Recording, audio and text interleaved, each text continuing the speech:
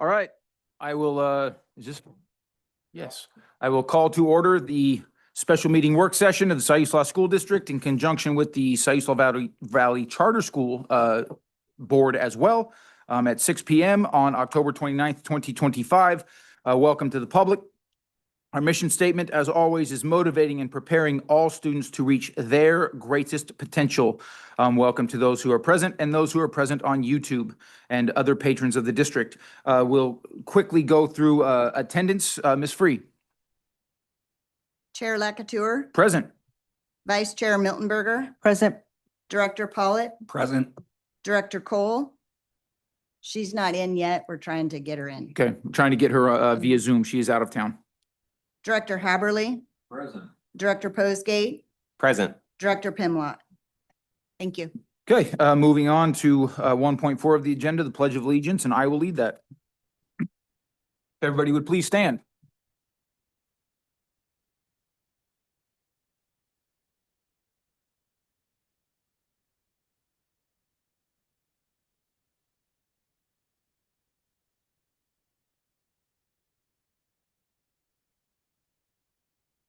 Thank you.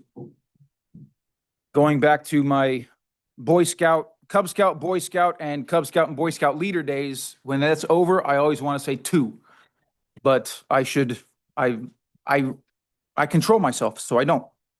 Okay, directors, let's move on to 1.5 so we can move in, just the technicalities of this. We need to approve the agenda. So Superintendent, 1.5, please. Okay, agenda work session, item 102925-1.5. Board of Directors has requested to hold a work session, discuss the limited number of topics. Keeping with the concept of work session, no formal action or resolution is on the agenda for tonight's meeting. Administration recommends approval of the agenda. Thank you. Directors, any discussion on this item? If not, a motion would be in order.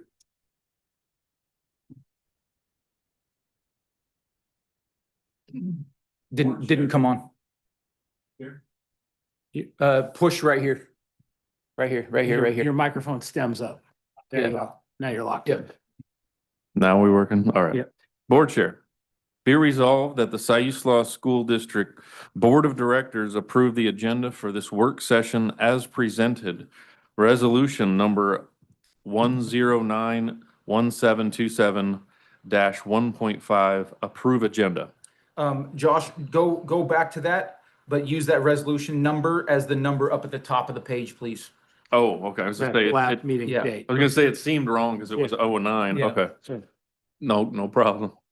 Resolution number 102925-1.5, approve agenda. Second. Okay, item number 102925-1.5, motion made by Director Haberly to approve the agenda, seconded by Director Pimlott. Any discussion on the motion? Those in favor? Aye. Aye. Okay, so this takes us to our discussion, and Charter School Board, thank you for being here. We appreciate your time this evening. Just a quick couple little housekeeping items. On my way down here, I got a phone call that my son injured his knee, and so he is at the ER right now. So if I glanced down on my phone, my son is more important than everybody to me in this room. So that's why. And if I stand up and leave, that is proof that he is more important to me than any of you. Okay. So, so we're all, any prayers his way, I would appreciate. Time out. I gotta get over that.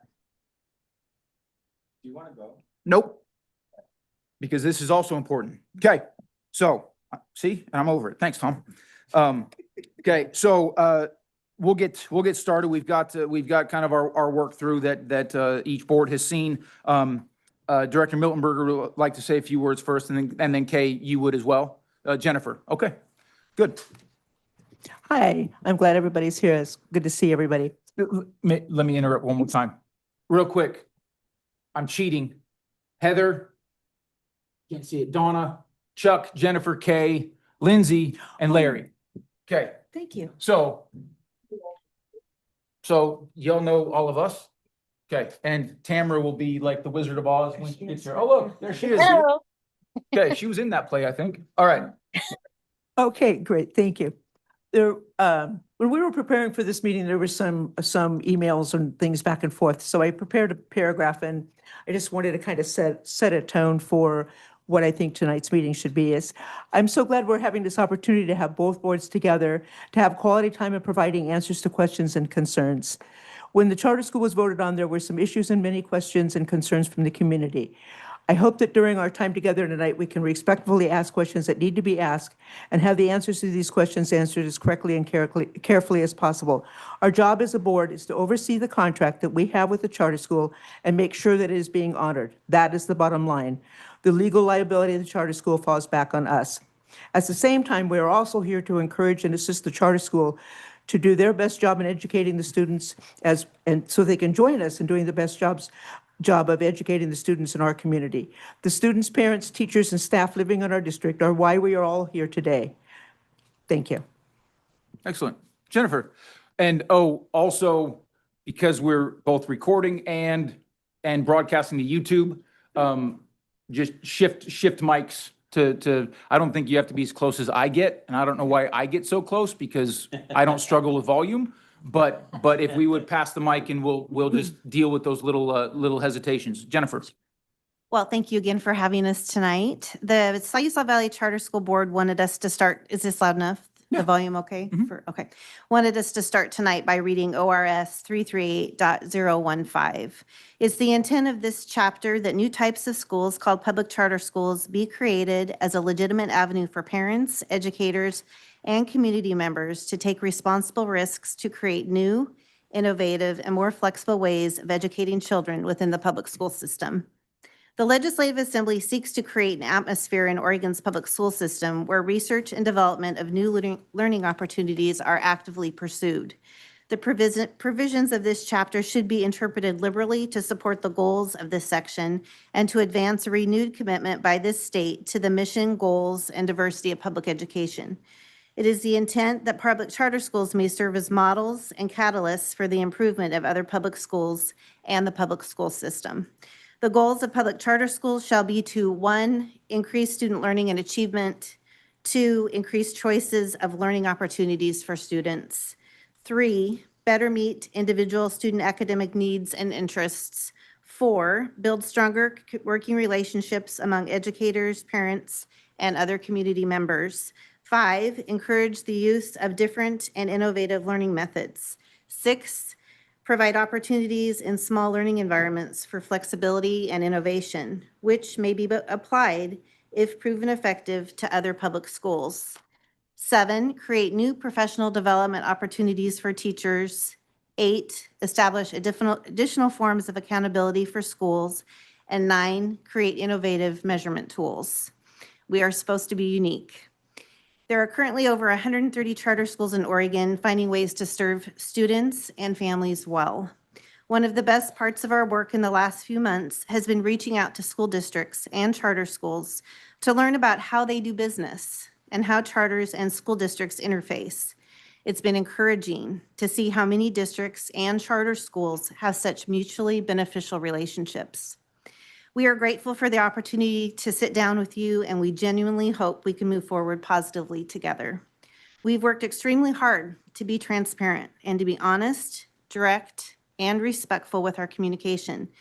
As far as I know, none of us around this table has ever started a school from scratch. So many questions are asked, sometimes duplicated, mistakes are made, and as more information is gleaned, sometimes paths change. Until hiring a COO in July, we've had all governance and operations done by a very hardworking, extremely capable volunteer board whose integrity is beyond reproach. We've been in the developmental phase, and it's been discouraging and disappointing to have had our sponsoring district question that. There have been repetitive use of inflammatory and derogatory terms about SVCS. Just one example, a recent district response to a constituent's email stating that SVCS was withholding information and using misdirection. Also, an important note, at your 9/10 board meeting when it was discussed that there were concerns about the charter school, a board member asked if the charter school had been sent those concerns, and they were told yes. We were not made aware about those concerns until the next day, 9/11, with a series of emails that came one after another. You are our sponsoring district. This adversarial approach is not the norm. We sincerely hope this work session is a turning point. We can really do great things and make a huge impact on our kids and the greater community together. Okay, thank you. Well, let's go right in with your finishing topic there. And I got to put my glasses back on because I put them on once. So in regards to communication, I'm just going to read these bullet points for those who aren't on YouTube and don't have this paper in front of them. So the bold heading here says, from the October 2024 meeting between the district and the charter school, there was a request to keep communication simple and efficient.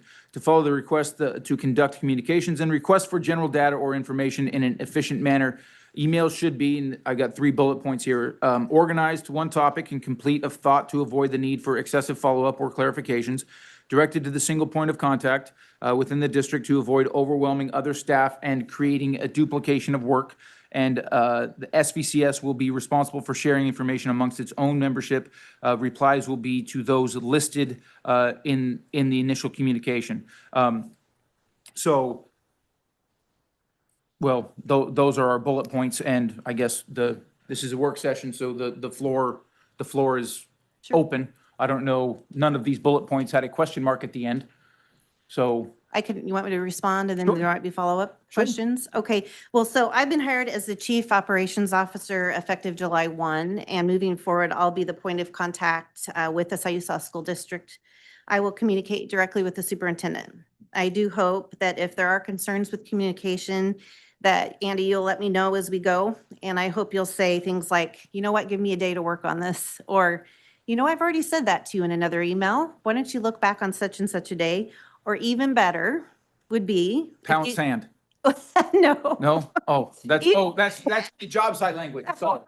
That Sorry. is the phrase my husband uses, actually. Yeah. Homeboy Dan. Even better, make a list and say, let's meet and let's talk about it in person. I think that we could avoid a lot of the back and forth if we did have some sit-down conversations. I know that seems to be of concern, but I actually think with the good intention, if part of that, we could get a lot done that way.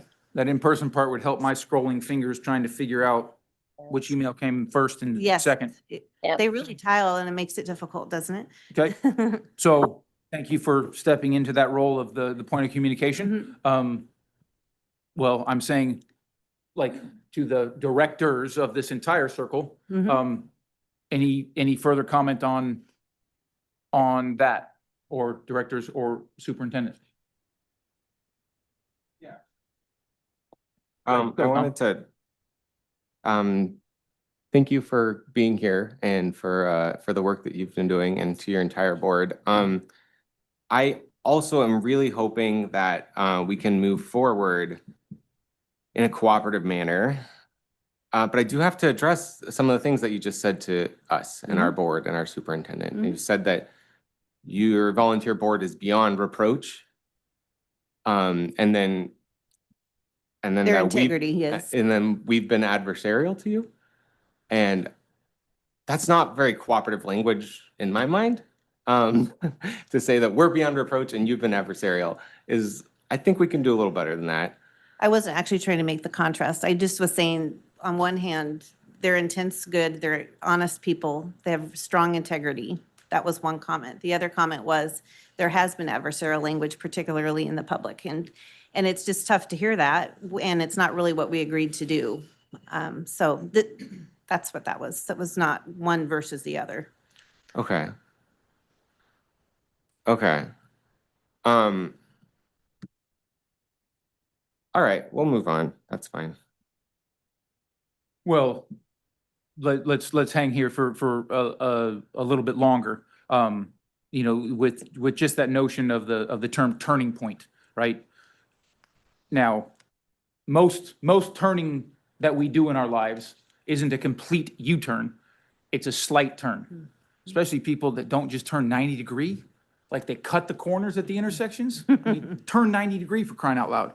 And so So as a turning point, gathering together, being able to look each other in the eye and speak what we're thinking, we are able to, I think we'll be able to address a lot more and make those little corrections that are needed. Maureen, your fingers near the button, hit it. there's a few things that I kind of had listed of just things that would be, I think, a little bit easier on staff here, and maybe make things a little bit smoother. Examples like when the very first and second day of school, when we're trying to start, when our superintendent is starting, being responsible for starting a year of education, I think there were like something like 12 or 14 different emails from the charter school, which is not a problem. It's just that timing seemed rather inconsiderate or unfortunate to That's where me. that pound sand Yeah. email comes into There play. you go. It's just those kinds of things where to take into consideration that we are starting a school district on that day and to have, a lot of emails coming. Next year, I can understand that because you'll be starting as well. But this year you were not, and to have those come to that day. And also things like sometimes there's emails that come in on a weekend and after hours, and we like it when he takes weekends and after hours off. He doesn't always do that, but we are encourage him to not respond to emails. And he just has this bad habit of when he gets an email, he responds to it. So those kind of considerate things I would really appreciate. I think we would all really appreciate just keeping in mind. And also, I think there was a comment made about if you could look through your emails first and check and say, have we sent that before? Have we asked that question before? Can we find that information someplace else? Because he really does have a lot of responsibilities, and find that before you communicate with us. I think that would make things flow a lot easier between the two groups. Absolutely the right thing to do. Completely agree. The reason why that we sent too many emails, so we're working on that. But I will tell you that part of that was because the superintendent had been on vacation too. And so we should, to your point is, we should have been more sensitive to that and waited a few days. But we were holding our breath, trying to get some answers. But I do think one of the really important things is now having an operational person that can be the funnel for all the questions and issues that we have, so the board can be the board and concentrate on the things that we need to do from a governance perspective. And then really, so we're making that pivot now, we're not completely out of development yet because we still have a lot to learn. Every day is a new experience. But I think we need to make that pivot, and that's what we're trying to do with having Jennifer as our COO, be the single point of contact. And the other thing, I really, really want to encourage all of us to sit down, and when there's issues, let's sit down and talk about those together and work through them, because I think a whole lot of this was probably blown out of proportion on both sides of that. And I'll just say I apologize for our part of that. I just think it'd be really important, and spending 35 years as a senior manager or executive, my experience has been when there's issues, sit down and talk face to face, because that's how you really resolve issues, and that's how you build the relationship. We want to have a really good relationship with every one of you, and I know most of you, and we just want this to be good for everybody involved. So I completely agree with your comments. May I ask one question? With the emails that were referenced being sent on September 11th, I said the content had been previously relayed. I can show in my emails that information about transportation was handled August 6th. We had others September 3rd, September 4th. I just repackaged what was sent on the 11th. They weren't first delivered on the 11th. So I just want to make clear, that's all. But discussions about issues like transportation are one thing, raising them all as concerns in one day was it was how they were packaged, I think, was part of the difficulty. But they were received before the 11th, regardless of how they're classified, correct? Yeah, the issue, we talked about some of those Yeah. issues before, but they were discussed back and forth as concepts. What they were when they came as a big list on the 11th, they were raised as concerns, and I think maybe even used the word contractual violations. There are some that are potential contractual violations, yes, there are. But some are on the black and white letter of the contract, they are. Okay, That's well, what we're we'll here get to that. Yeah. Adrian, did you have, you clicked your mic a second ago? Yeah, I just want to, while we're talking about this stuff, thank you. I just want to make sure that we're really, really clear about what type of communications come from your board to the district. I know that we have received text messages to people working at the schools. I would And- love to talk about that. Yeah, well, I mean, I can read the texts if you'd like. Yeah, but- Okay, so. I actually could read the text if you so, want. Mrs. Wagner or Miss Wagner, do you go by Mrs. or Miss? Either is fine. Okay, Mrs. Wagner sends a text message to a secretary at the high school that says, "Hi, what's the current number of students at the elementary school?" Which is something that you can look up on your own. It's there in our packet, so you can always, if you ever need to know those numbers, you can go and check out the Yep. packets from the board, and they're going to be there. To which the secretary replies, "Hi, it would be best to reach out to the district office for any detailed information you need regarding the elementary school." Mhm. To which Miss Wagner replies, "Sounds good. I presume you've all been warned Can I not to talk." interrupt? Can I No, interrupt? you may not. I'd like to, I am in the I'd like to I am in the interrupt. middle of speaking. The, Okay, it is- we're intent here, I think, is just discuss the options, not to go back in history and relay. I think it's extremely important I that don't, they understand I the think way we that they should be agreed, communicating the with the agenda that district. we In agreed fact, that to, is what we are supposed to be the discussing agenda right that now. we I got it. agreed to is to address these issues. And I think we have. I don't think we need to continue on.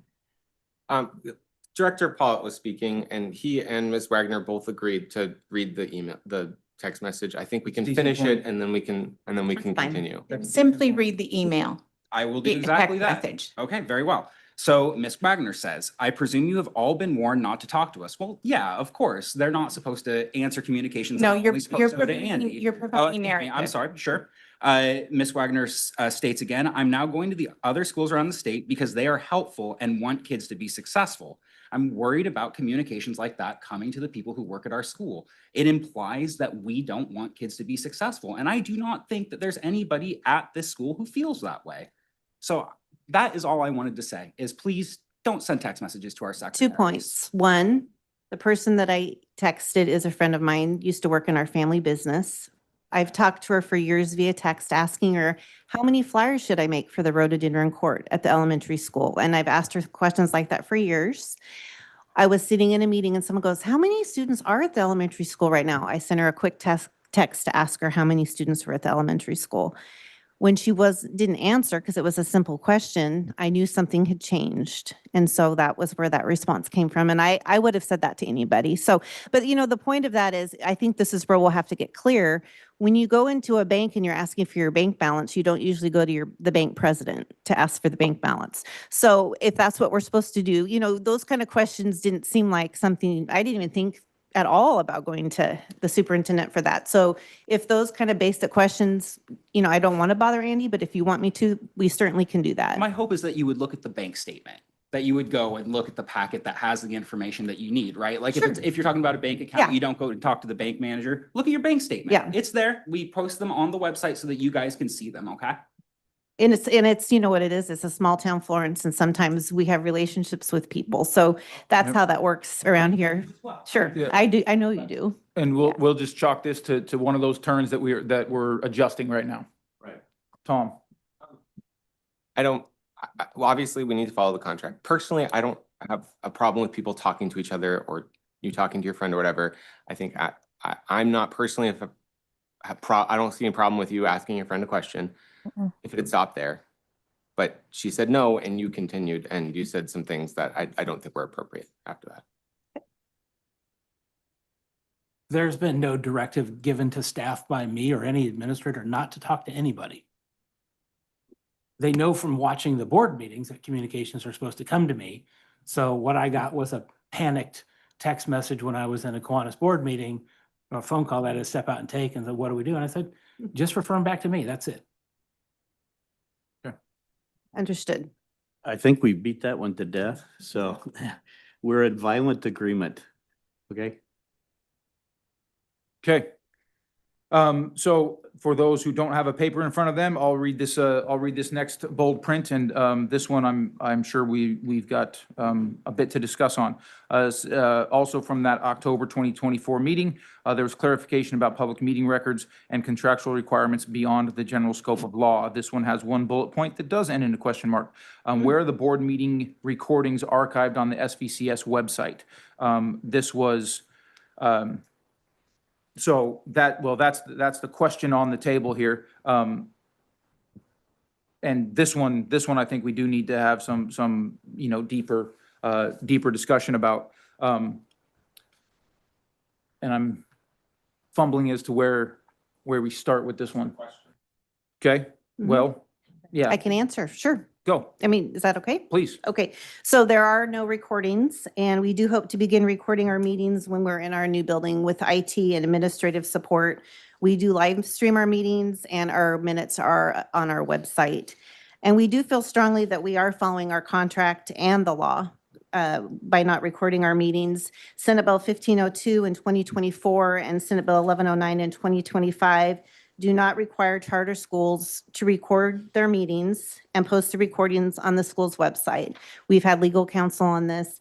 The law applies to school districts, ESDs, community colleges, and public universities. ODE, OSBA, and the Oregon Ethics Commission have agreed with this conclusion. The charter agreement between the district and the charter school requires the charter school to comply with public meetings law. It does not require the charter school to do more than is required by the law.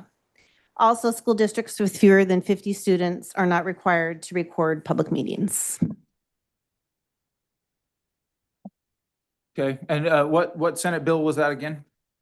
Senate Bill 1502 in 2024 and Senate Bill 1109 in 2025. So I missed it. I was writing That's okay. 1502. Okay. Could I ask Andy to just give us a little brief on that section of the contract? What our expectations are of SVCS in the Well, contract? Again, coming from October 24, again, what we had clarified in the meeting is that recordings would occur just like they do here in the district. And again, it was a matter of transparency. And again, I would think part of the problem again is like regular schedule. Meeting dates change days of the week. And so having that as an easy archive is available for everybody in the public. Again, like some of the terms that are beyond the scope of the law and the contract are there to provide credibility for the board and the charter school. So there's always a record of what happened. And just saying, well, the law doesn't say this, we have to do that. Well, the contract does, and that's why we want it there. It's a 2-minute clerical task to download a Zoom meeting. And if you automate it with a YouTube streams link, it happens automatically every time you put out your live stream for you. And so it should be real simple and easy to have an archive all the time. Tom, go. Time out. Also point of order. I'll direct the meeting. I will direct this meeting. Tom, Well, let's be cooperative.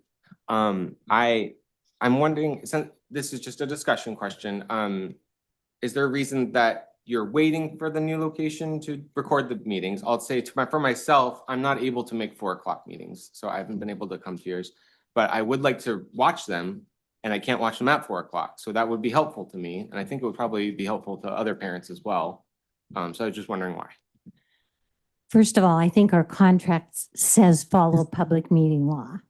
And that's exactly what we're doing. Public meeting law does not require it. We don't have any students, public charter school law. So I think we're definitely in compliance. Don't laugh, but we do a pretty good job to get the iPad on top of the refrigerator and get the YouTube thing on and make sure there are chairs in that little office. And also Donna does her darndest to take very thorough notes. They're on the website. They're very thorough. So until we're open, till we have children and we have somebody like you have, that's what we can do for now. That's what we're willing to do. I think there are many more important subjects than this. I mean, we need to make sure kids know how to read. So I don't think we need to, I just think we are not following public meeting law in regards to charter schools. We are following the law. But are Andy. you, but the question is, but are we following contract? And it's a Yes, the sim- contract says follow public meeting law, and we're doing that. And it states the provisions that include, No, it does not Okay. include recording. Does it, Andy? It does not include recording. I'm not going to pull the contract out right now. Well, you know it doesn't, and I know it No, doesn't. don't tell me what Yeah, I do and do. yeah. not. And just I to, didn't. just to Yes. clarify, Yeah, we can't speak to what other people know. just to clarify, you did say that the minutes are readily available Mhm. on the website. On the homepage. Thank you. Okay, so, yeah, Tom, go ahead.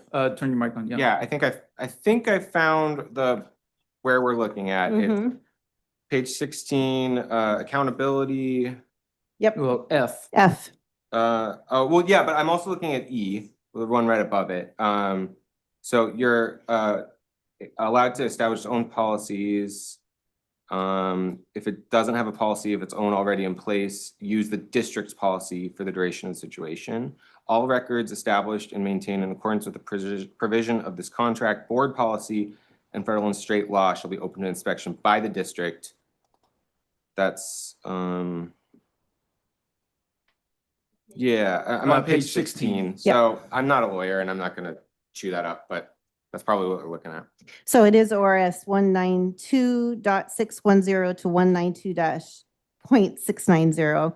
And .650 is in there regarding recordings. Yeah, no, I And, mean, I was just gonna say, in recordings, it lists specifically who that is for, and charter schools are not part of that. right, I'm in agreement with Okay. you about public meetings, Oh. section F. Okay, I would then go up to E, which is that if you don't have your own policy, you follow board policy, which I assume would be our board policy, and we do have to record our meetings. But again, I'm not a lawyer, so I won't spend more time on that. I would personally appreciate if you guys could record and I could try to come help you set it up. Yeah. That would help me out. So, Okay. Chuck, no, that's okay. so. That was the interpretation we came up with in October of '24, was again, district, they were going to follow the same practices of the district as posting meeting. That's all. Yeah, We're not arguing, again, saying that you mentioned this, but it's not in the law. It's not, because it's into the contract with the policy that the district follows. That's all. is, in my reading through, I'll confess I didn't follow all of the footnote links, but in my reading through our policy BDA about public meeting laws, it mirrors very closely the policy that SVCS has worked with OSBA on. And I don't see even in our policy where, so the ORS, because we are a public school, we are to record and archive our meetings. But I do not see that unless I missed it. And I will confess, I had to reread a couple of those paragraphs in BDA. But I don't see that specific in policy BDA of ours. Is that, So we agree with you, and we do have a policy, and it does mirror that, and we've been working with OSBA, and I'll tell you, that's been a breath of fresh air. We are so impressed with the support that we've gotten from them. It has been absolutely outstanding. So thank you for recommending that. Thank you for putting it into the contract, because it was the right thing.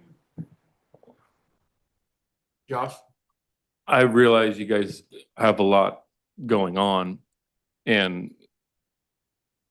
I understand that you are obviously, I agree, following the public meeting law.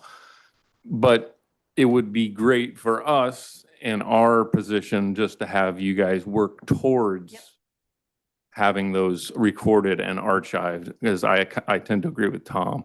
And it sounds like it's somewhat of a hardship because you're technologically challenged.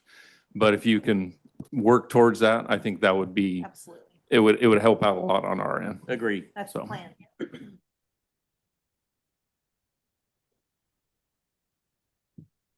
Tamara, I've been ignoring you. No, I'm good. I was gonna pipe in or chime in earlier, but I'm good. And Thanks. the screen that you are on is behind me. And so if you are as cordial as Tom and raise your hand, I won't see it. So, so just chime in when you need the camera. Okay, sounds good. I can't hear Chris. Yeah, Chris is saying there's a raise hand feature in Zoom. Oh, okay. Yeah, yeah. So find that little button, and if you need to share, I think Chris will let me know that you are raising your hand, or Debbie. Okay, sounds good. Thank you. Okay, You can actually skip the next bullet point because that information is provided. That was just a timeline establishment for when legal counsel was acquired okay. or enacted. There's no reason to discuss that. All right, briefly, this next item was just getting some documents about legal services, and superintendent says that has been addressed, and I see head nods from, and so, moving on. Let's see, do we know what page this is on, so everybody can be flipping to it? 5A. Well, find it real quick. Oh, in the So contract? This is contract item number 5A, location, age, and grade range. Page 2? It's on page 2 of the contract? Yep. Wonderful. Debbie, it's on page 2. So she can have it on the screen. Contract item number 5A, location, age, and grade range. Bullet point. What will the enrollment grade ranges of the revised opening in fall 2026 be? And documentation on the SBCS website refers to K4 in some documents and areas, while K2 on the other. And I think we have a third option. K3. K3 is where is come fall 26 is K3. Yeah, so we sent an email last week to the board. I think it went to the whole board to let you know that we're opening fall of 2026 K through 3. As we work through to clarify parent and family information, a lot of families said, gosh, I don't know if I can send my younger child if my older child doesn't go there. I really want to keep my kids together. So in the meantime, we weren't sure we could accommodate that because we were working on getting the details about our build out of our building, what we could fit, that kind of thing, which at the end of the night, we have a picture to share with each of you. Hot off the press this afternoon. But we do feel confident that we'll be ready to open for grades K through 3 in the fall. I've gone through and hopefully corrected everything where it lists the age range. But if you see something that's not right, let me know. But I think I hopefully I think corrected the all only that. place that it might be is in the head of schools job description. That's the other Got it. document that looks like it's off. And again, like going back to February 25, when we met, the discussion was keep it as tight as possible to get all the kids. My recommendation was actually open K5 and get all the elementary kids, right? Because again, if you got a young one and an old one, you're not going to split them. Yep. That's too difficult for just managing what happens after school. For those of you that have elementary kids after school, they're going 1,000 places all the time. So again, K2 was going to be difficult. K3 is a better blend. K5 would be optimal. That way you catch them all. But again, if K3 is where the sweet spot is for you guys, that's perfect.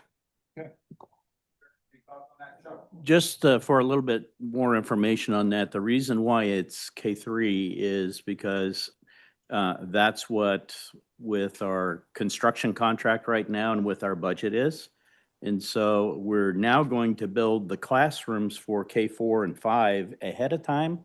But, you know, we just can't make that all happen K through 5 in the time frame that we have with that building. And we just literally made that decision this last week.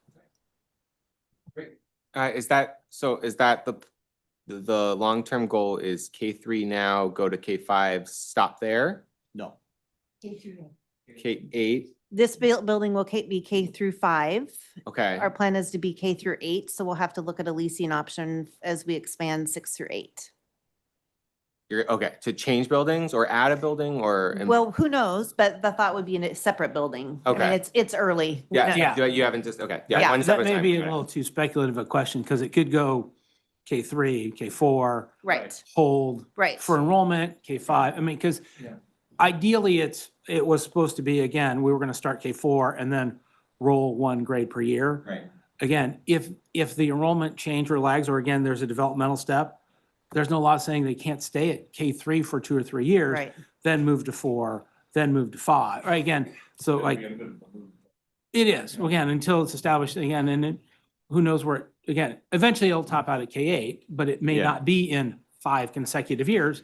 It may be in 8 or 9. It depends on, That's again, where. the exactly kids are. right, because we are going to have to do a capital campaign to add whatever we're going to do with 5 and 6. So it is going to be how the building dictates and how the budget dictates as well. And then obviously, again, the interest in enrollment for all the other grades.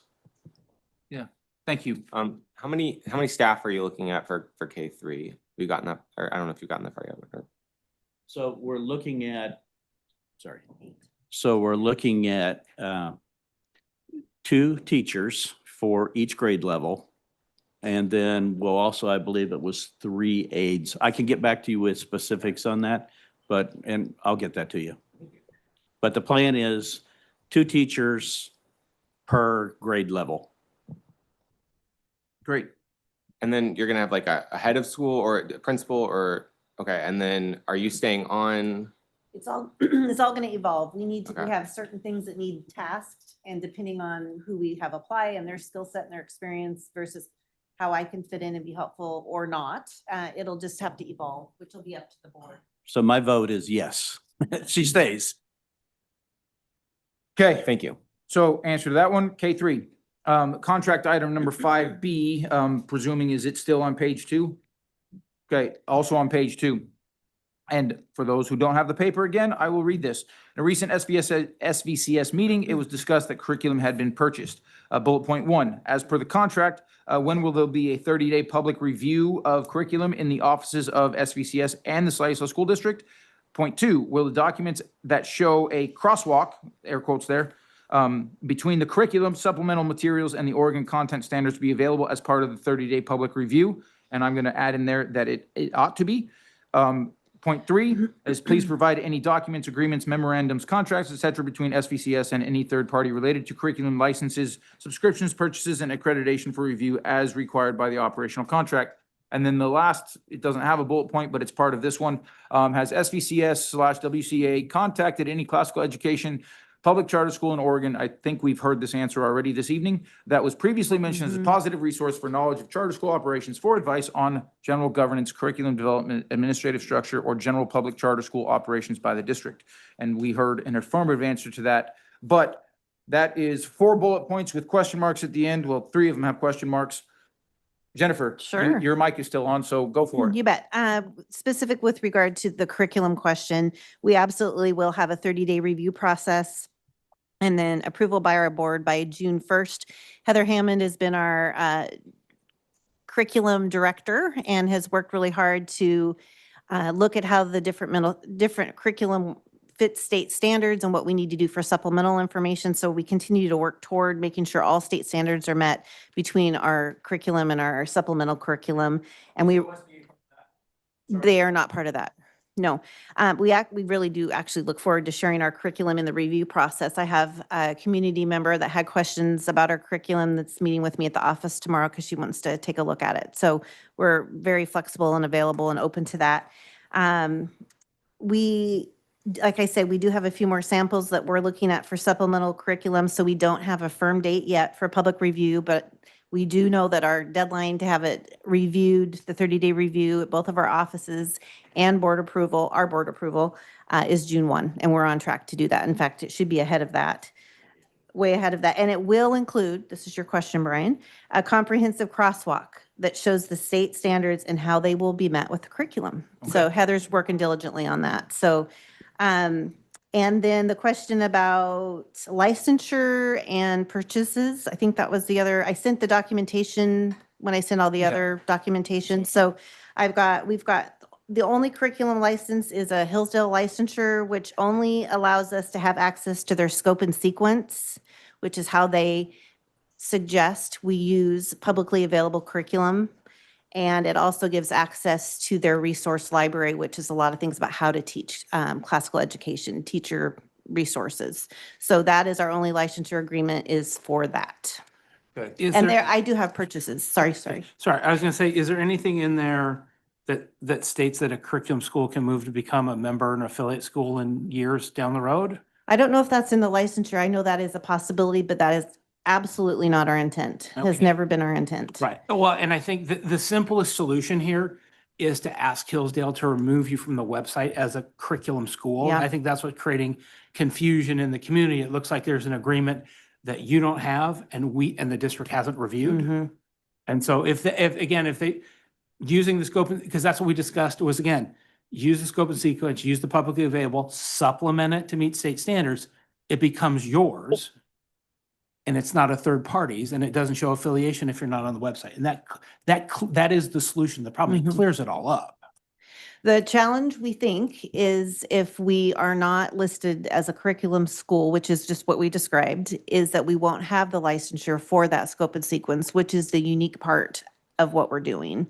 Again, it's widely available, publicly available curriculum. It's the scope and sequence that's unique, which if you don't know what that is, it's just how all that should be taught on top of each other in a timely manner that makes it kind of a complete process and an effective process. And it's proven and it's researched and it's an effective method, the scope and sequence. So that's the challenge there. And I think then the other modification you can request is that your specific licensure agreement states that you will only become a curriculum school Okay. and cannot be extended into be a member or an affiliate. school. Okay, That's perfectly acceptable. Right. Well, Yep. again, Adrian. that's what clears up all the problems. okay, we'll Yeah. ask that question.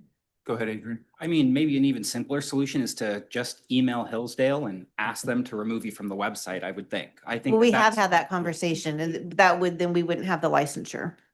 Oh, can we ask for documentation about that? Can we see the talk back and forth on that? Is that acceptable? Sure, we can find it. I'd love to see that. Thank you. I need the boy. mic, so it records. Oh, yeah, thank you. Okay, Yeah. So just to be sure, just a second, Tom. our curriculum, you can order, anybody can order it. And it's you can order it like on Amazon. Okay.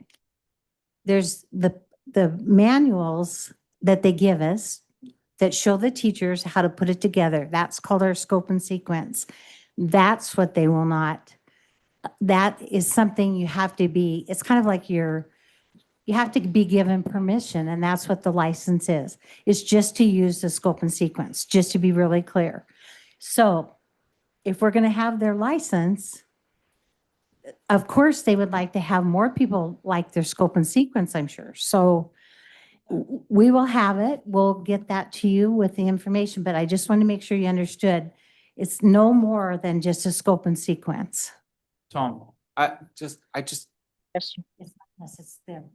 see you, Tamara. Hang on.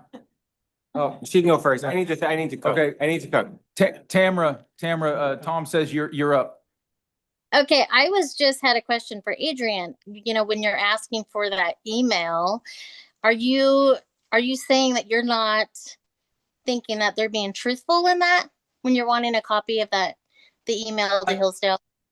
No, Tamara, I just like to do business where everybody knows where everybody stands. I think that's a very good way to do work, is to make sure everything's documented when we say stuff out loud in a public meeting. Tom, Okay, so you guys have a Hillsdale curriculum scope and sequence, which is licensure, which provides you with, I want to understand this before I try to process it. It's a tool, it's like a framework to use materials to meet educational standards For a classical education. for a classical education. use your mic, Josh. And so, Andy, can you talk more about scope and sequence so everybody can kind of understand what that really looks like? The Again, blueprints. Well, yeah, in essence, it's a blueprint. It talks about when something is taught, the sequence in which it is taught, the sequence of how it relates through grade levels. Nowadays, we kind of call it scaffolding more than anything else. And how you're building the framework moving Right. up and out across a grade level in a subject area over years. Right.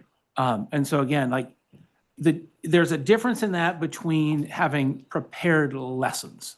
And there are some aspects of like this public available curriculum where you can get canned lessons. The canned lessons on their own, again, have much different content and it's not developed locally. So again, the scope and sequence lays out, again, if you're going to teach, again, language arts, and you're also trying to infuse Latin or a foreign language, how do those two things fit together at the second grade level, at the third grade level? That's right. Right, and what is the tie between social studies, science, mathematics? That's what we're talking about here. We're not talking about like a pre-purchased kind of like doctrine curriculum where the learning points are stated and there's almost a script provided for the teacher.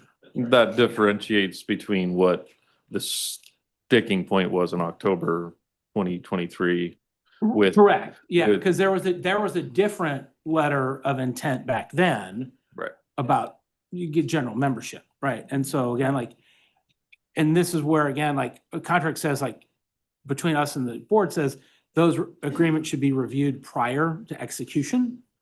And we could have avoided this whole snafu had that been provided beforehand, and we could have said, well, we have to make sure that this is the limitations, and everybody knew it beforehand, instead of I get emails from the community going, hey, look, they're on the Hillsdale website.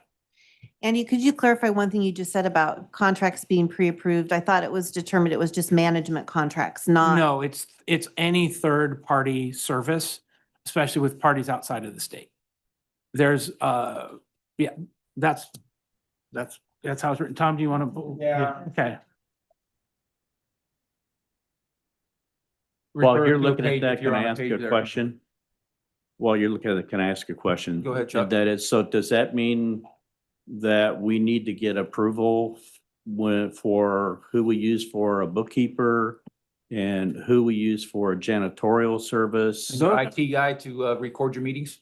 No, Yeah. that's something that we clarified before. Those are, again, local service purchases within the state of Oregon. Okay, And again, like, you're hiring a custodian, they're not influencing curriculum and daily operations. But again, a third-party entity that may have other, other, I guess, programmatic ideas could influence what's going on, and that's what needed to be reviewed in the contract. Because it says in the contract, I'm just wanting to make sure we're clear. Refer to a page, please. Yes, page 17K, third-party contracts. Whitmore Classical Academy, neither its board of directors shall enter into any contract for school management, operation services, or consulting services without, the prior approval. So I just didn't think that fit under that, but maybe. The original, well, again, like, we don't know what's in it because we haven't reviewed it, and the original letter of intent had language that would have been influential on daily operations. Okay. That's what we were trying to make sure that the school is free of. It's under your control. It's not being influenced by a third party outside.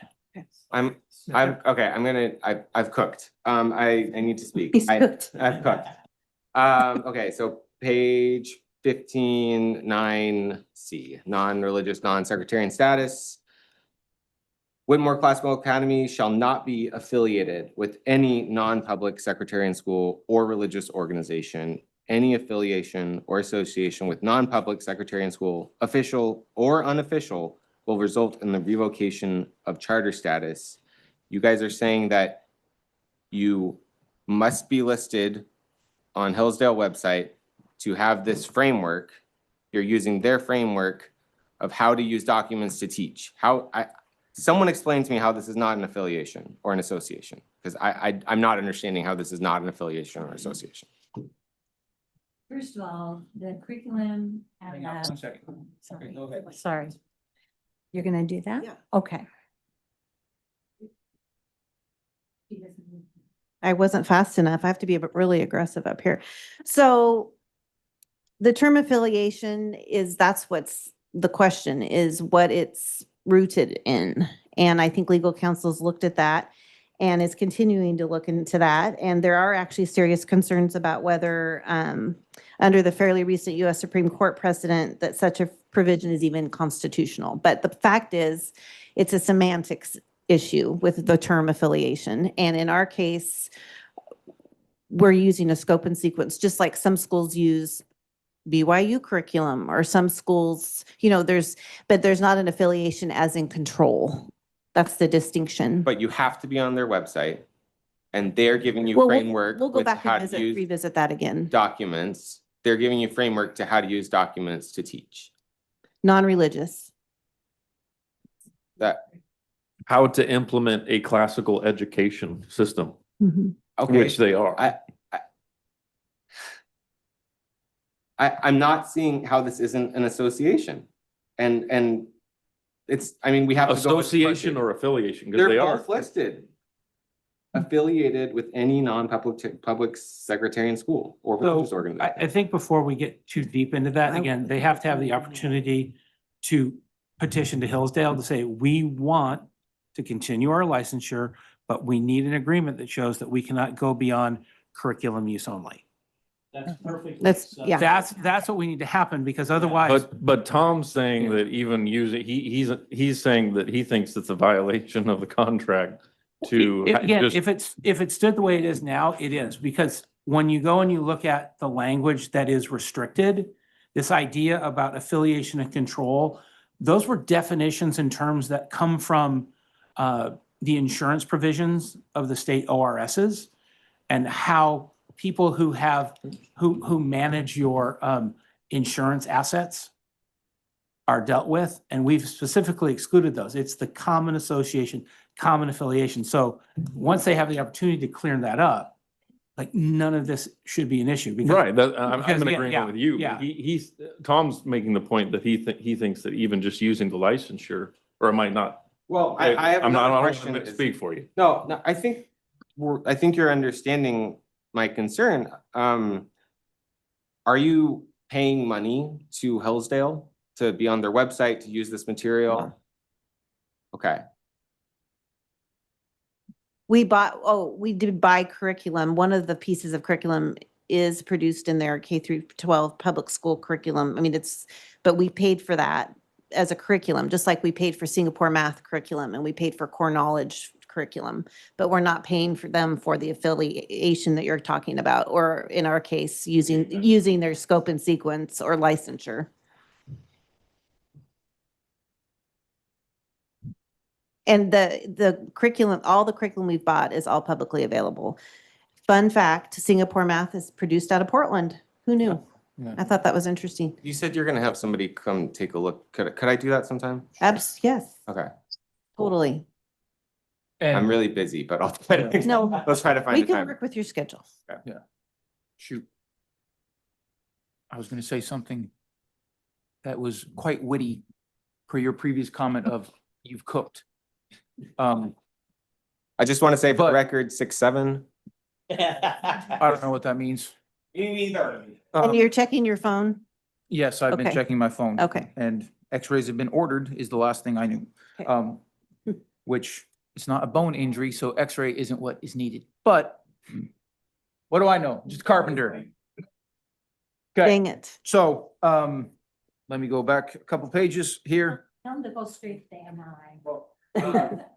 Can I, Go ahead, Tom. before we move on to the next bold one, you said that the contacting other public schools in Oregon has been addressed. I just wanted to Oh, yeah, thank hit you. that.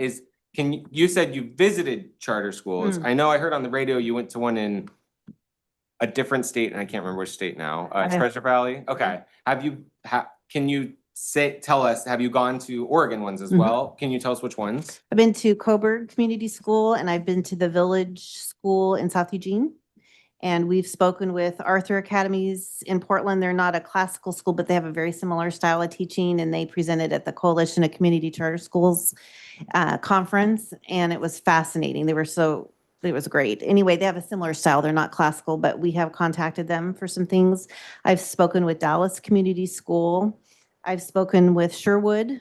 I know Jody O'Mara had really early contact with the Lowell Mountain View Academy. Sorry, Uh, who did that? Jody O'Mara, when she was part of our Okay. board. Previous board member? Yeah, Okay. and then I think I mentioned this, if I did, Sherwood, I've talked to quite extensively. Okay. And River's Edge, and we just spoke this week with Three Rivers. Have other board members been doing that too, or has that been through you? Cool. It's been, Great. Three Wow. Rivers, that's in Veneta, right? they're in the Portland area. Oh, okay. Yeah.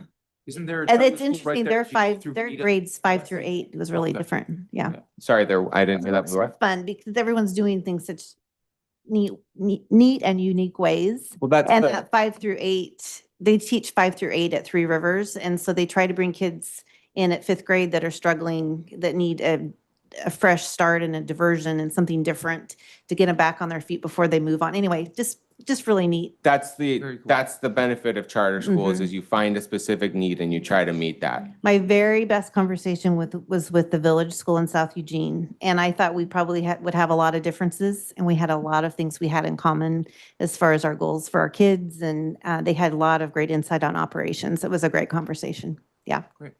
Tom, thank you for following up on that one.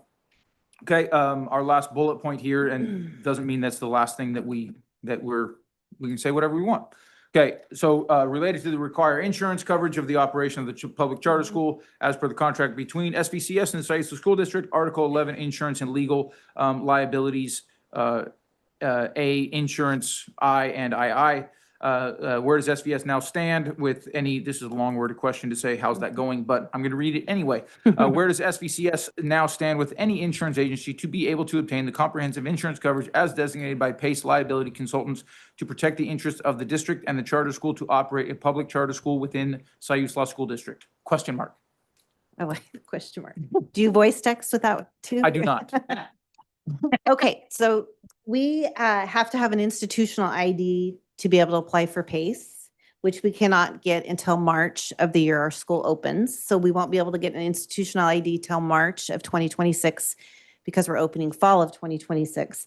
So our insurance agent is at Hagen Hamilton, and our contact of PACE is our agent at Hagen Hamilton and our contact of PACE have both said that we will be able to apply for PACE July 1, 2026. And as the superintendent stated in the last meeting, whether it's PACE or another carrier, as long as we have insurance when we open, that's the goal. Our Hagen Hamilton agent has confirmed that we will have the needed coverage, and he has an email here that lists several options that will be very plausible if we don't have PACE. We have researched the PACE history that you referred to at your last meeting, and through the various people that have been involved with SVCS since 2022, because different tasks have changed hands, through the years. And we've asked the questions, and I think we've come up with some answers. So the challenges seem to have been, one, we were eager and applying too early when we first applied in 2023 with the original board. They applied before a charter was even approved, and you have to have an approved charter before you can apply. 2, we were, again, applying before we had an institutional ID. 3, we had a name problem in that we didn't have the Siuslaw Valley Charter School relationship with Whitmore Academy properly identified with the state. And in fact, on July 19th of 24, Jamie Keeling from PACE said, our biggest issue is the 2 sets of names for the charter, Siuslaw Valley Charter or Whitmore Classical Academy. So we've remedied that with the corporation division, so that's all taken care of. Number 4, when PACE evaluated us in the fall of 2024, there was the same concerns with it being too early and no institutional ID. That darn institutional ID. And 5, when the superintendent raised the other concerns on 9/11, we did dig deeper, and we found out that PACE had a draft charter application that was not even the district-approved version of the application. So PACE now has the correct charter application and the approved contract, and we will have our institutional ID in March and be able to apply for PACE July 1. Good. Directors, any questions on that one? And apparently we are all to cuss institutional IDs and the process to get there. Okay. Andy, any questions on that one? No, Okay. not at all. All right, well, one of the items that we discussed in our work session, but then we had to, I don't think the proper term is table, is SPED. So Lisa, I'm looking to you. Does November 13th at 4 o'clock work to have a meeting about SPED curriculum, or not SPED curriculum, but, okay. So as she's looking at her calendar, Chair, is that with our board too, or is that? I think that would be limited Okay. Superintendent, myself, It's- Maureen. Yeah, it's typically been. Lisa. Maybe, I think Lisa may be holding this during that meeting. Jennifer and Kay, and I don't know if you would have more than Jennifer and Kay at a. We can work on to it. We can discuss figure that. You can- Fed. How does the 13th at 4 o'clock work for you? That works? So typically those meetings have been board chair, vice chair, and another board member. Oh, that's The true. negotiating teams, again, Yeah. we And that was lost Kate Director before. Katie Sneddon, so if you want, anybody else wants to be the third wheel on this I- tricycle, that's fine. Tamara, did you just chime in? Yeah. Beat Tom if to the you need a punch, man. third, I- I'll- I've volunteered in our special ed department, I've subbed in our special ed department, and I'd be willing to come if you would like Okay. me to be there. Right, if we do have you, we'll just have to make sure we just need to know in advance because that would be 4 of us. And that would be a quorum. So, and we would have to, I do. no, because I don't know if I found it. We're- Yeah, November? hang on one second, Lisa. I may need to ask for a little grace on the time because I do have a 3:30 meeting with our tag department. Sure. And so it bumps up right until 4 o'clock.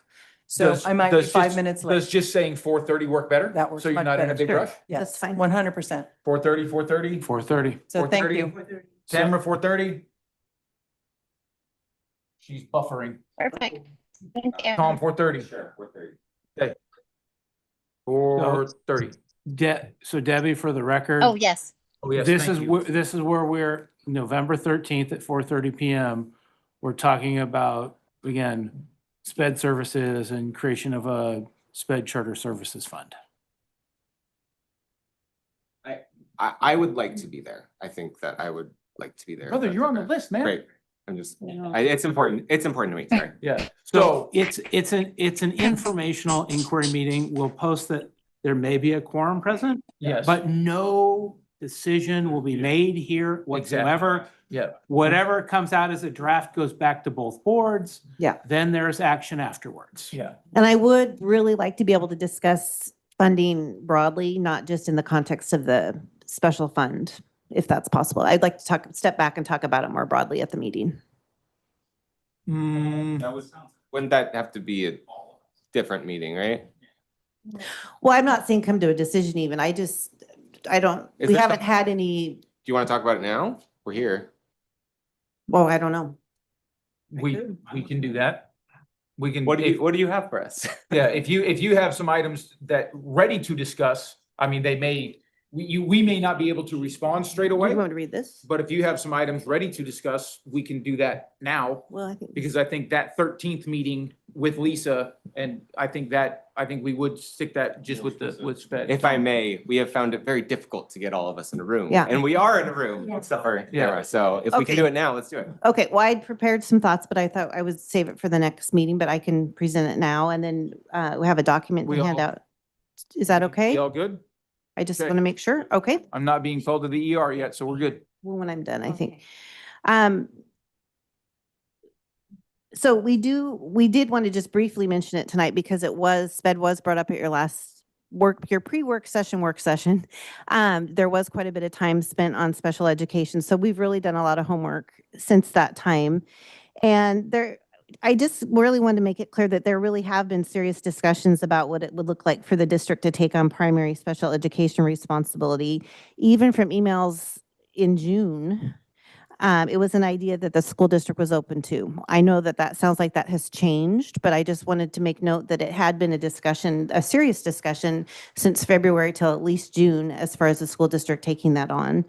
Nothing was formally decided by either the charter school or the district, and the discussion began because we were looking for options for the best way to provide special education to achieve success for our students. Because by law, all special ed students are Siuslaw School District students, which I think we all know that. Yeah. So charter schools all over the state do provide sped services differently. It's been interesting to learn how they do it. Many charter school sponsoring districts do 100% of the sped services and keep all the sped funding and place one of their sped teachers in the charter school. And our current contract definitely sets us up a system that's different than that.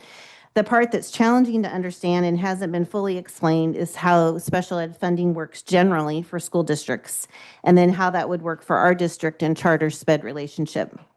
The document I'm going to hand out at the end, it just shows the various funding available for school district special education. I think it's good to take a step back and look at things in its entirety. And just a reminder, we all know this, I think, but in case we don't, ADM stands for average daily membership, and ADMW is average daily membership weighted. Special education students get a weighted funding of the ADM basically of 2, and non-special ed students typically get an ADM of 1. That's a way oversimplification, but just high level, that's how it works. As an example, if ADM is $11,000, just an example, the ADMW for special ed students is $22,000. Again, it's an oversimplification, and the 11% cap is a factor. But how the services are being provided and how the weighting of 2 for special ed students is divided between the charter and the school district, and how other special education funds will be directed for meeting individual students' needs to be up for discussion, even with what's currently in our contract. In the last meeting, it was said, if we're doing this for the charter and only getting the 20% primary ADM, and then the rest of the discussion seemed to be based on this premise. But it's not accurate that either of us would work with only the 20% ADM for a SPED student, for the primary 20% ADM for a SPED student. As stated, there's additional weighting, and there is significant other available funding beyond the ADMW for special ed that districts receive. Giving us a lump sum isn't necessarily the best alternative for us as far as providing services, because there's so much more involved in it than that. We've never felt that the district nor the charter school should provide special ed services without funding following the services. So I just kind of wanted to present that. We really are looking forward to an open, honest discussion about this. We're not coming in with a preconceived idea of how it should work, just that there's a lot of different ways to achieve this for the greatest benefit for the kids. We really need to figure out a real plan, looking at all the dollars, and figure out how best to serve these really precious kids.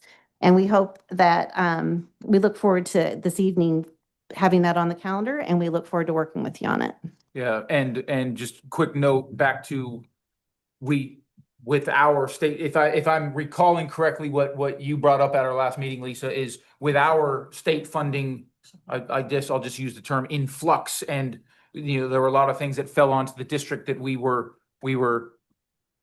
surprised by. That's the easiest way to say that. CC, correct me if I'm wrong. And so this is kind of a kelp forest that we're going to navigate through together. And, Yes. And a lot of what you just addressed, I mean, we can turn those into bullet points and make it the agenda.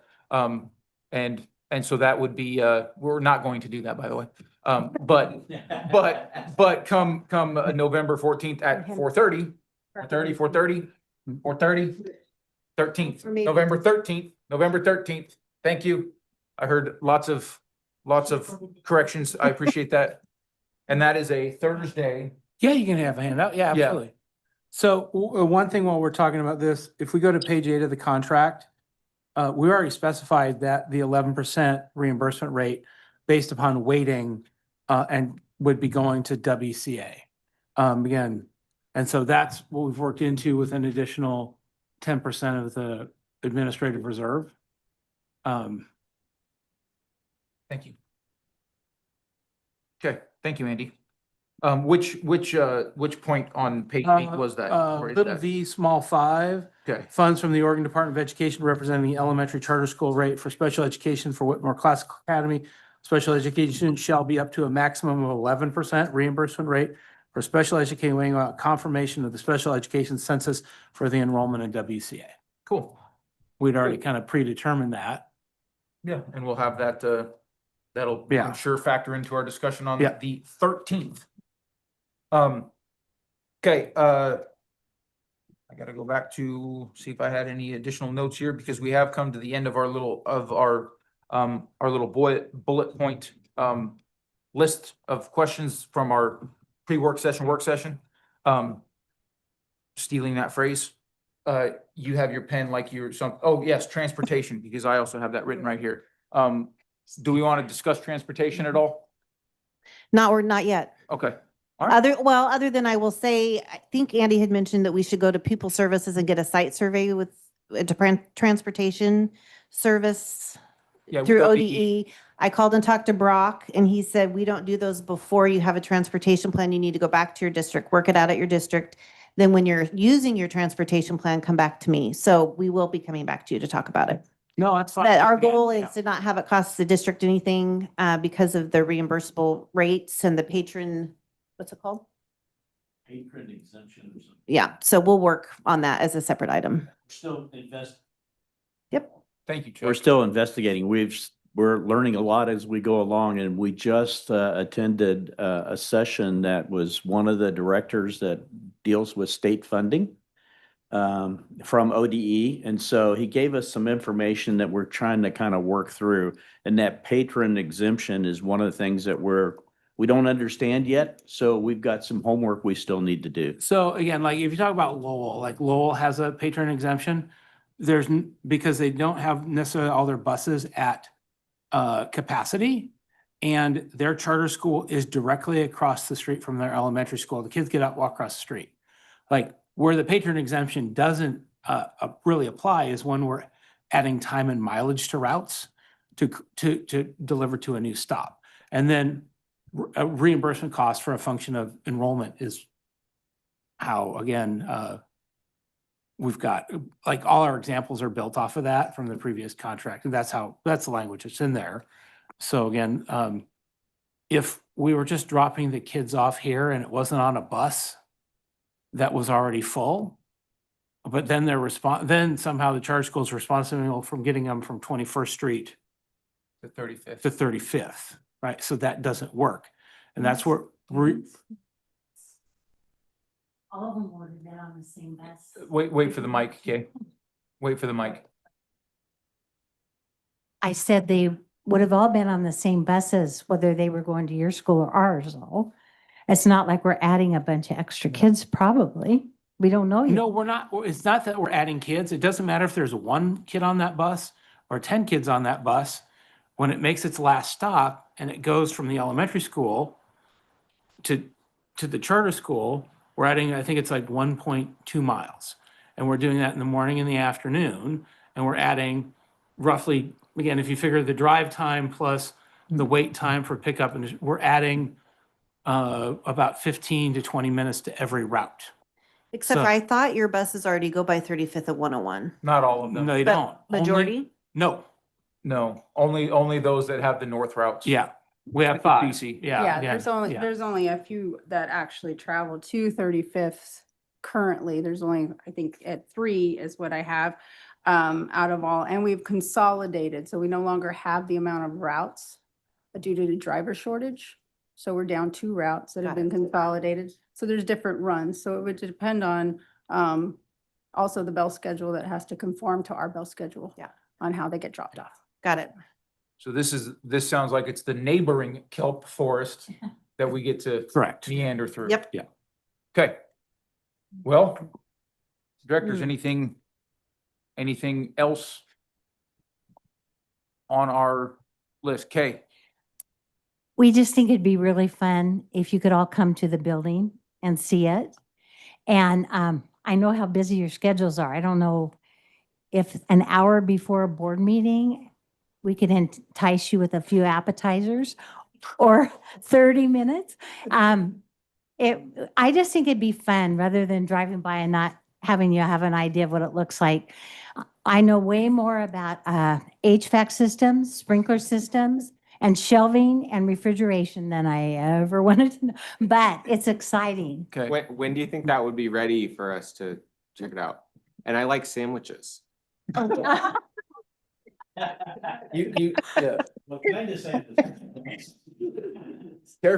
Careful.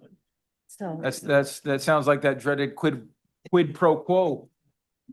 one of And each of these, yeah. Kay, you are handing something over to Lindsay. Yeah, to hand out. It's just the latest rendering. It's not the. Okay, this is Sure. architect's rendering of what the Maybe. building will end Yeah, up. maybe. Yeah, one of the things that's been, Ham or turkey? Go ahead, Tom. I was kidding. For the record, I was kidding. And maybe this will be on here, but recess is very important for young kids. Yeah. And that's been gnawing at me. Is this on? Oh, there is a playground on here. Okay. And covered play area, man, I wish Florence had one. Things will happen in phases. Things will happen in phases. We will have a fenced in play area in phase one, which will Thank you, be the Lindsay. first year of school. We won't have playground equipment the first year, but there will be an area that's safe and fenced for play. And also we have a central multipurpose space that will also be used indoor, thank you, for play as well. So that's on the south side of the building? Yes. Okay. Yeah, that round corner of the building is what faces the 101 and 35th intersection there. Yeah. Good. Thank you for, We'll work on a date. We won't keep you tonight, man. because that could be challenging. We That- could be that- here a long that time. front of that building, that's a double whammy. You have to have signage in two spots, not just one. You gotta buy two signs. That's No, or go really simple on the sign. That's gonna. yeah. Maybe build a bridge between those two brick facades. Okay, directors, any other directors or well, I'll turn to you, superintendent first. Superintendent, anything else for this evening? Nope. Okay, We're good. directors, anything else for this evening? Tamara, that includes you. Can I just get a copy of that handout that they gave out to you guys? Nope. I can pick it up from Debbie, please. Thank you. Yeah. Tom, go ahead. I want to thank everyone for coming here tonight. I think this is very important. I know it's something some people have said tonight, but just sitting in a room and talking to each other like people, I think is really important. I was wondering, I have been really impressed with your fundraising. Do you guys need volunteers? And if so, what do you guys need help with? Good question. Okay. I'll be tracking you down. Somebody, Record. yeah, somebody to make sandwiches. Are you volunteering someone else? Yeah. I, Yeah. I'm teasing. I'm teasing.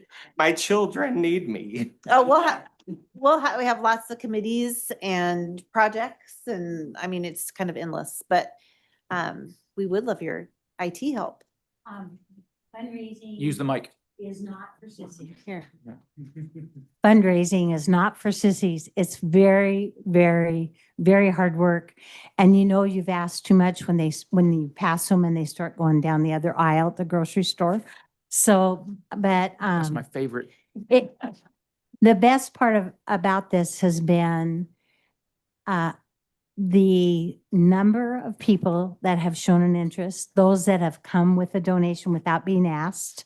Wow. A little scrunched up envelope the other day, and I opened it up, and it was obviously, the handwriting was very shaky, and it was $100 bill folded up. And that, I knew that was as important of a donation as some of the others that we've been allowed to receive, and that means that people believe in a choice. That's good. We're all doing the same thing, trying to educate kids the best we can. So it's kind of a big endeavor, the fundraising. Yeah, I mean, it's tough to look at budget cuts. But to see that you guys are finding people in the town who do care about education and are willing to put their money and time towards it is important. And I acknowledge that. And so thank you for working on that. Larry, still awake? All right. Okay, Cece, anything for us? I didn't turn to you, and I only talked to Lisa about adding a meeting to your schedule. Lisa, anything from you? No, okay, she flirted with it, she almost touched, yeah, a whole meeting for you. Okay. Good? Meeting adjourned. Thank you. Thank you.